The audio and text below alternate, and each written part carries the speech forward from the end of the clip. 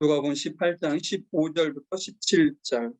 오늘은 제가 읽어드리도록 하겠습니다.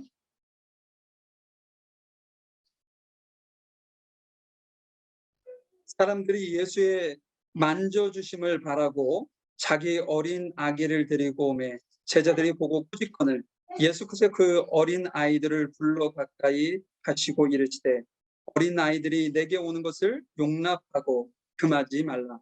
하나님의 나라가 이런 자의 것이니라. 내가 진실로 너희에게 이르노니 누구든지 하나님의 나라를 어린 아이와 같이 받들지 않는 자는 결단코 들어가지 못하리라 하시니라. 아멘. 지난주에 저희들 예배 상황이 소리가 잘 안 들리셨던 것 같아요. 그래서 영상도 올리지 못했는데 지난주에 저희들이 나눴던 말씀은 예수의 이상한 평가, 방법, 평가 이런 제목으로 저희들이 말씀을 잠깐 나눴었는데요. 거기에 등장하는 비유 속에 등장하는 두 인물이 있었죠. 바리새인과 세리였습니다. 바리새인의 모습은 자신들이 지금까지 행했던 모든 공적이라고 할까요? 법적, 행적 그런 것을 여실히 드러내면서 자신을 스스로 의롭게 했던 사람이었습니다. 오직 자신의 행했던 것만 잘 행했던 사람이죠. 반면에 세리는 자신의 어떤 부족함, 그 자신의 그 어떤 연약함과 죄인이라는 사실과 하나님의 긍휼을 얻지 않고는 살 수 없다는 그런 고백을 했었던 것을 기억합니다. 도덕적으로 본다면 바리새인이 훨씬 더 훌륭하고 칭찬받을 만한 사람이겠지만 예수님께서는 그와 달리 세리를 의롭다 평가하셨습니다. 그 평가 기준이 뭐였느냐? 자신을 낮추는 자는 높아질 것이고 자신을 높이는 자는 낮아질 것이다. 라는 평가 기준을 예수님께서 그렇게 말씀하신 것이죠. 우리가 이렇게 산다면 많은 사람으로부터 조롱을 받을 수도 있어요. 많은 사람들이 우리를 바보 취급할 수도 있다는 것이죠.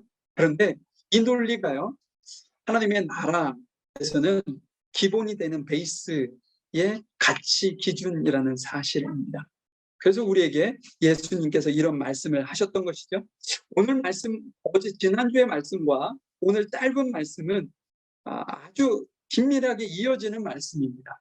그래서 제가 넘어가지 않고 간단하게 좀 여러분들과 이 말씀도 이어서 나눠보려고 오늘 말씀을 이 본문으로 잡았는데요. 오늘 말씀은 용납하고 금하지 말라라는 제목으로 말씀을 나눠보려고 합니다. 자, 오늘 15절 말씀부터 한번 보도록 하죠. 사람들이 예수의 만져주심을 바라고 자기 어린 아이를 데리고 오매 제자들이 보고 꾸짖거늘. 부모들이 어린 자녀들을 예수님께 데려오는 장면으로 오늘 본문이 시작되는데요. 당시 사회적으로요, 존경받는다고 할까요? 조금 위대한 스승, 그런 사람들에게 자기 자녀를 데리고 가서 귀한 말씀을 듣는다든지 아니면 그분으로부터 이렇게 기도를 받는 그런 것은 그 당시에 흔히 있었던 일이고 그분들을 만나는 그 자체도 쉽지 않은 일이었기 때문에 부모들이 어떤 정말 노력을 해야만이 자녀들이 그런 훌륭한 어른들을 만날 수 있었던 사회였어요. 지금도 마찬가지지만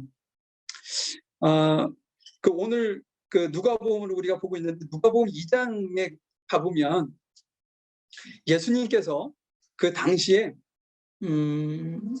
아주 그 말씀에 깊이가 있었고 또 의롭게 살려고 노력했고 또한 그 당시에 성령으로 충만했었던 시몬이라는 아주 훌륭한 선지자에게 마리아와 그 요셉이 어린 아기이신 예수님을 안고 가서 기도를 받는 장면이 나옵니다. 지금 오늘 본문이 그와 비슷한 상황으로 여러분들이 이해를 하시면 될 텐데요. 21세기를 살아가고 있는 우리들도 그때보다 더하면 되지 덜하지는 않을 것입니다. 우리 자녀들에게 우리는 못 먹고 우리는 못 입어도 자녀들에게는 많은 것을 해주고 싶은 것이 그 부모의 마음인 것이죠. 이런 마음으로 지금 예수님께 닭의 자녀를 데리고, 오늘 본문은 어린 나이에서 몇 살 정도 있는지는 잘 알지 못하게 나와 있지만 사용한 단어를 보면 갓난아이일 정도의 아주 어린 아이를 지칭하는 단어입니다. 그러니까 부모들이 그 아이를 안고 예수님 앞에 지금 나아가는데, 그러한 어떤 어떤 부모들의 간절한 소망은 모르고 지금 제자들이 그 부모의 어떤 발걸음이라고 할까요? 예수님께 나오는 그 앞을 가로막고 예수님께 나오지 못하게 하는 것이죠. 왜 그들은 그랬을까? 어떻게 보면 예수님께서 많은 일정 가운데 있었기 때문에 피곤하실 수도 있어요. 그래서 그 피곤을 좀 덜어드리기 위한 그런 제자들의 어떤 스스로 알아서 하는 행위라고 할 수도 있지만, 그거보다는요, 제자들이 생각했을 때 어린 아이들은 예수님이 하시는 그 주님의 일에 전혀 도움이 되지 않는다, 이렇게 생각을 했었을 것입니다. 주님의 어떤 일에 아이들이 어떤 방해되고 귀타는 존재 정도로 인지했기 때문에 부모들이 어린 아이들을 데리고 나오는 그 모습을 보고 이미 꾸짖기까지 해서 여기가 어딘 줄 알고 이런 어린 아이를 데리고 오느냐라고 얘기했었다는 것이죠. 그러면 예수님은 그 부모들을 어떻게 대했을까요? 한번 16절, 17절의 말씀을 한번 보도록 하죠. 예수께서 그 어린 아이들을 불러 가까이 하시고 쫓겨서 멀리 가려고 하는 그들을 의도적으로 불러서 그들에게 이릅니다. 어린 아이들이 내게 오는 것을 용납하고 금하지 말라. 하나님의 나라가 이런 자의 것이니라. 17절, 내가 진실로 너희에게 이르노니 누구든지 하나님의 나라를 어린 아이와 같이 받들지 않는 자는 결단코 들어가지 못하리라 하시니라. 예수님의 반응은 제자들과 완전히 다른 반응을 보이셨어요. 지금까지 세상과 제자들은 어떤 금하는 일이라고 할까요? 어린 아이들이나 또 연약한 자나 과부나 그런 것을 금하는 일에 익숙해 있었을 거예요. 자신들과 이렇게 같이 접촉하는 것을 금한다든지, 그죠? 용납하지 않는 것이 더 옳은 판단이라고 생각했던 것이 제자들과 그 당시의 세상의 문화였었다는 것이죠. 당시에 여러분들도 여러 차례 말씀드렸지만 어린아이들은 이렇게 대수에도 이렇게 들지 못하는, 숫자 헤아릴 때 자녀들은, 어린아이들은 숫자에도 들어가지 못했었어요. 가치 없는 존재로 인식되었죠. 또한 돌봐줘야만 생존이 가능한 정말 연약한 존재로만 인식되었기 때문에 어떤 중요한 사안에 대해서는 늘 그들은 배제되었던 것이 사실입니다. 근데 예수님께서 그들이 지금 뭐라고 하냐면 천국의 주인공이라고 말씀하고 있어요. 하나님의 나라의 주인공입니다.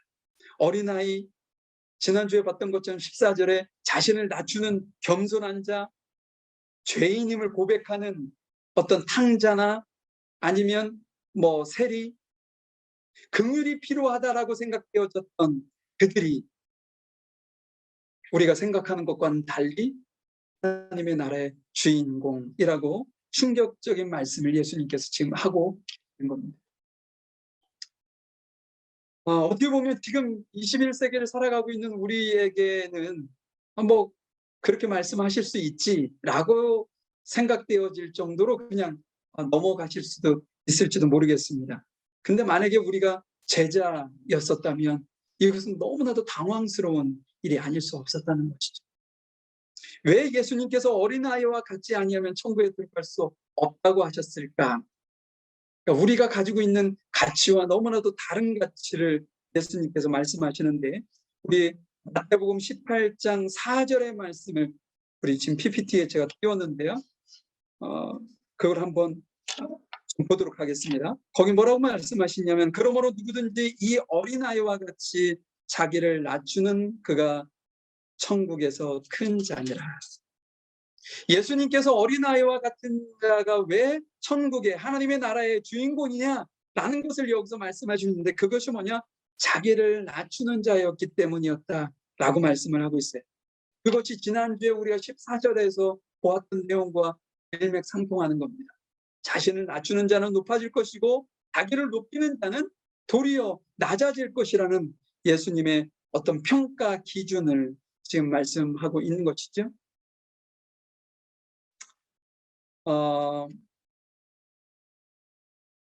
바리새인들, 지난주에 저희들이 살펴봤던 그 바리새인들은 자신들을 스스로 의롭다 했던 사람들이에요. 어떻게 보면 그들은 천국, 하나님의 나라에 어떤 하나님이 필요 없다라는 말이 더 정확할까요? 왜냐, 스스로 본인들은 의로운 자들이니까. 하나님의 나라는 의로운 자들이 필요한 것이 아닙니다. 우리가 앞에서 계속적으로 비유의 말씀을 들어왔던 것처럼 세리와 같이, 탕자와 같이, 기르는 양과 같은 누군가의 하나님의 도우심이 필요하고 긍휼이 필요하고 전적으로 그분만을 의지해야 생존이 가능한 이들에게 필요한 것이 하나님의 나라라는 거죠. 바리새인들은 스스로 의로운 자이고 스스로 모든 것을 할 수 있는 이들이었기 때문에 예수님이 필요하고 하나님이 필요하다는 것은 그냥 허울뿐인 것이요. 자신들이 모든 것을 다 할 수 있는 그런 존재라고 스스로 생각했기 때문인 것이죠. 여러분, 요즘 그 방송에서 방송되어지는 모든 프로가 제 관점으로 본다면 모든 방송이 서바이벌 게임 같아요. 많은 사람들은 그것에 환호하고 그런 프로그램만 이렇게 따라가면서 보고 좋아하고 시청률이 높이 나오는 것 같아요. 서바이벌 게임이라는 게 뭔가요? 자신이 살기 위해서 누군가는 희생이 필요한 게임, 그것이 서바이벌 게임 아닌가요? 이런 게임을 우리는 제로섬 게임이라고도 얘기합니다. 뭐냐면 더하면 제로가 나오는 게임이라는 거죠. 이기면 1이고 지면 마이너스 1인데 더하면 0이죠. 그래서 서바이벌 게임을 다른 말로는 제로섬 게임이라고도 합니다. 우리가 즐기는 대부분의 스포츠는 이 제로섬 게임이에요. 얼마 전 넷플릭스에서 선풍적인 인기를 끌었던 오징어 게임도 거의 비슷한 제로섬 게임의 드라마였던 것이죠. 우리의 사회는 모두 이러한 어떤 내가 살기 위해서 누군가를 희생시켜야만이 생존이 가능하고 더 많은 부와 명예를 얻게 만드는 사회 구조의 어떤 상황 속에서 우리는 살아가고 있습니다. 근데 여러분, 이것과 반대되는 게임이 있어요. 그게 뭐냐면 여러분들 기억하실런지는 모르겠는데 더 에코 챌린지라는 게임이 있었어요. 그건 뭐냐면 4인 1조로 하는 게임인데 300마일이니까 뭐 한 480km 언저리 되겠네요. 그 긴 거리를 어디에서는 그 산도 만날 수 있고 사막도 만날 수도 있고 정글을 만날 수도 있고 강을 만날 수도 있고 그 모든 것을 다 극복하고 목적지에 도착하는 게임입니다. 구성원은 꼭 남자 3명, 여자 1명으로 구성을 해서 하는 게임인데요. 근데 여기에 하나의 룰이 있어요. 어떤 룰이 있냐면 그 팀 멤버 중 한 사람이라도 질병이나 아니면 극심한 피로라고 할까요? 그리고 부상을 당해서 그 먼 거리를 다 완주할 수 없는 상황이 돼서 그 사람이 포기를 하게 된다. 그러면 그 사람만 포기되어지고 실격이 되는 것이 아니라 그 팀원 전체가 다 모두 실격이 되는 게임인 것이죠. 이 게임을 하려면 그 멤버들은 어떤 마음이어야 될까요? 팀이 어떤 팀이냐는 그 팀원들과의 어떤 동질성이라고 할까요? 하나의 팀워크, 공동체 의식, 이것이 투철하지 않으면 그 팀은 아무리 능력이 출중한다 할지라도 모두가 다 완주하여 목적지에 도착할 수 없는 구조인 것이죠. 이것이 넌제로섬 게임입니다. 내가 살기 위해 누군가가 희생이 아니라 누군가를 살리기 위해서 내가 생존해야 되는 게임인 것이죠. 누군가가 희생이 된다면 나 또한 희생이 돼야 되는 게임인 거예요. 제로섬 게임이 아닙니다. 휴대폰을 한번 예로 들어볼까요?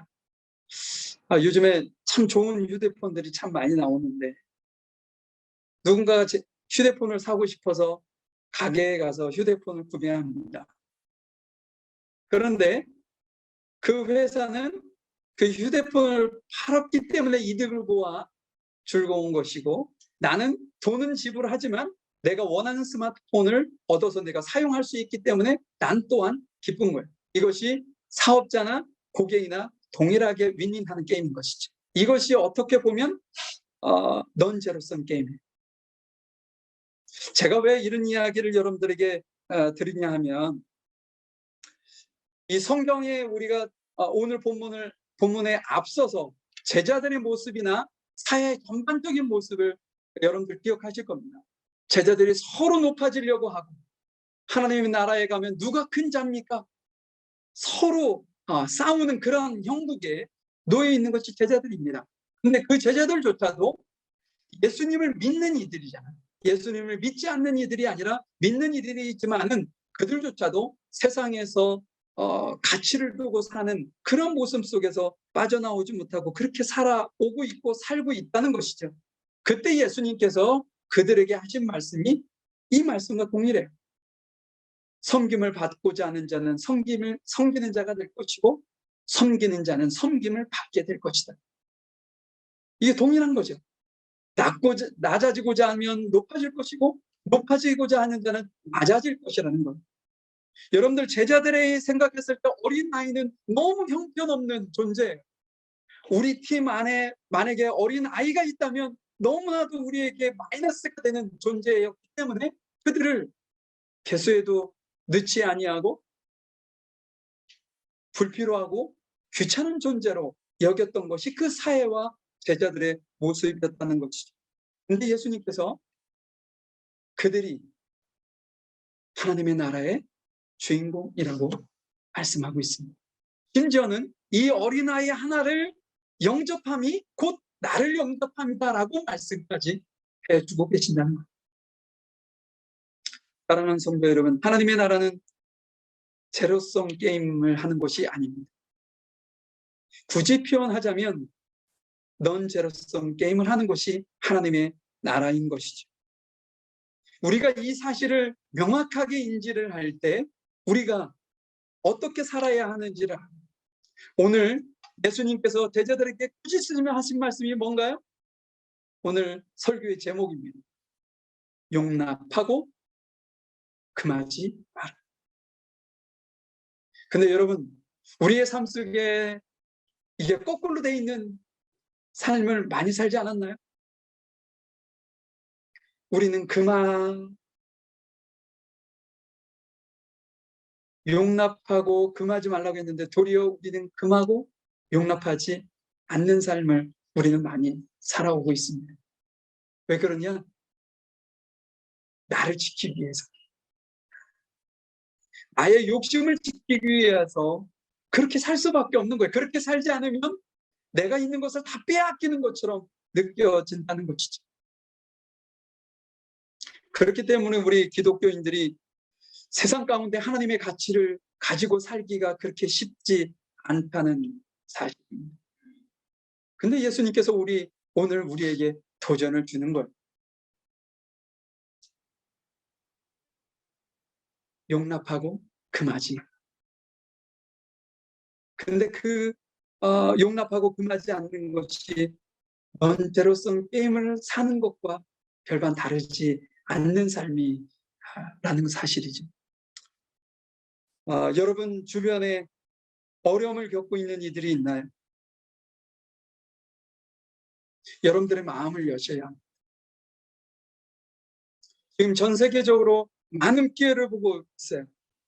그런데 우리는 이런 상황 속에서 무엇을 선택하고 무엇을 살려야 할까? 여러분들 한번 스스로를 한번 생각해 보시죠. 얼마 전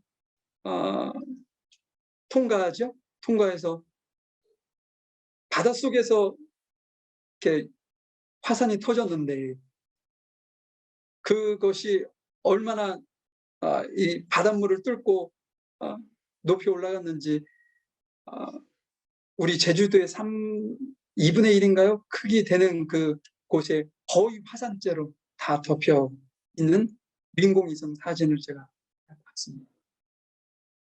홍신이 다 두절이 되었고요. 그곳에 우리 한인 선교사님도 2가정이 계신다는데 한 가정은 한국에 잠시 수혈차 나오셨다가 지금 이런 상황이 됐고 한 분은 그곳에 계시는데 생존 여부가 아직까지 확인이 안 됐다고. 관광객들도 많은 이들이 피해를 입었어요. 여러분들 우리가 이런 뉴스를 접할 때 우리는 어떤 생각을 해야 할까요? 뉴질랜드 땅에는 그런 일이 없으니까 내가 지금 밟고 서 있는 땅은 안전하니까 그냥 안쓰럽게만 생각하고 말아야 될까요? 하나님께서 이 시대를 살아가고 있는 우리에게 무엇을 요구하고 계시는 걸까요? 만약에 우리가 재수성 게임을 살아간다면 그들을 절대로 도와서는 안 됩니다. 왜냐? 우리가 마이너스가 되니까. 우리가 마이너스가 돼야 그쪽이 플러스가 되는 거 아니겠어요? 근데 하나님의 나라는 넌 제로섬 게임을 살아가는 것. 우리가 그들을 긍휼한 마음으로 도와주고 우리가 적극적으로 그들을 도울 때 하나님께서는 동일하게 우리를 더 긍휼하게 보실 것이고 더 우리를 도우시는 은혜가 우리에게 있다는 것이죠. 제가 여러분들이 좀 오해하실 수도 있어요. 우리가 그럼 선행을 베풀어야만이 우리가 하나님께서 선행을 받는 것입니까? 그런 이야기가 아닙니다. 하나님께서는 우리를 긍휼하게 보아주시는 그 자체로 늘 우리를 긍휼하게 보아주고 계세요. 그런데 우리가 그 받은 긍휼함과 사랑을 하나님께서는 우리가 적극적으로 실천하기를 원하신다는 것이죠.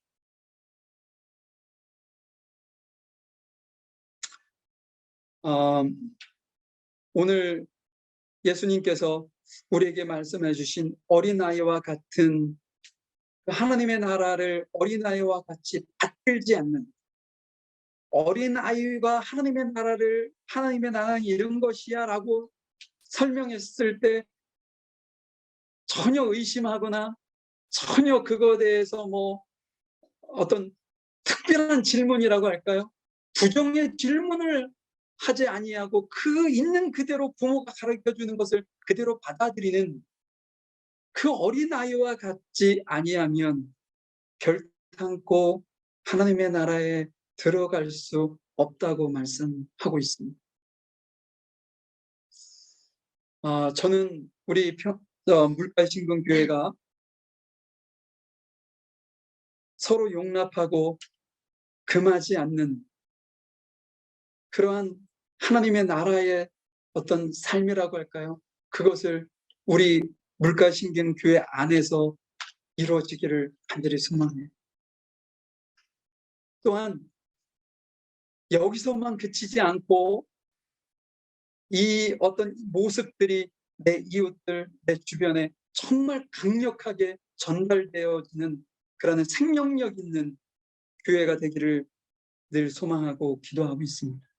우리 귀한 성도 여러분들도 동일한 마음으로 오늘 우리에게 주시는 이 도전의 말씀을 잊지 않고 여러분들이 좀 적극적으로 주님 앞에 응답하실 수 있기를 소망해 봅니다.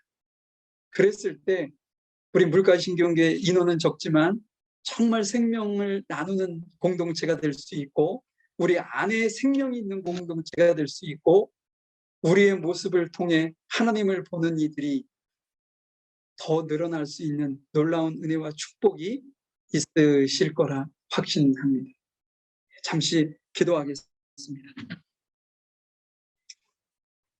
하나님, 저희들이 사는 세상은 약한 자는 한없이 약해질 수밖에 없고 강한 자는 한없이 강해질 수밖에 없는 구조 속에 놓여져 있습니다. 어린아이, 정말 부모에게 절대적으로 의존하는 그 어린 아이의 어떤 모습 속에서 저희들에게 하나님을 온전하게 의존하고 하나님을 온전하게 따르기를 저희들에게 도전하듯이 말씀하시는 예수님의 그 음성을 저희들이 이 시간 소홀히 듣지 아니하고 정말 우리의 삶 속에서 그러한 삶을 살아가고 주님만을 오직 의지하고 주님만을 의존하고 주님께서 말씀하시는 그 말씀이 생명이라는 사실을 저희들이 잊지 아니하고 늘 그 말씀과 함께 살아가는 저희들의 삶이 되어질 수 있도록 하나님 저희들을 도우시고 이끌어 가주시기를 간절히 소망합니다. 용납하고 금하지 말라 하셨던 주님의 말씀이 우리 모든 성도들 삶 속에서 실천이 되어서 내게 조금 실수한 이웃 아니면 형제들을 용납하고 보듬고 이해하고 용서하고 사랑할 수 있는 그러한 어떤 천국의 마음, 하나님의 나라에서 기준이 되는 그러한 모습 속에 겸손함으로 형제를 섬길 수 있는 우리 모든 성도들이 될 수 있도록 주님께서 이끌어 주시기를 간절히 소망합니다. 주님께서 저희들을 사랑하시고 이끄심에 너무나도 감사드리며 사랑 많으신 예수님의 이름으로 기도하였습니다. 아멘.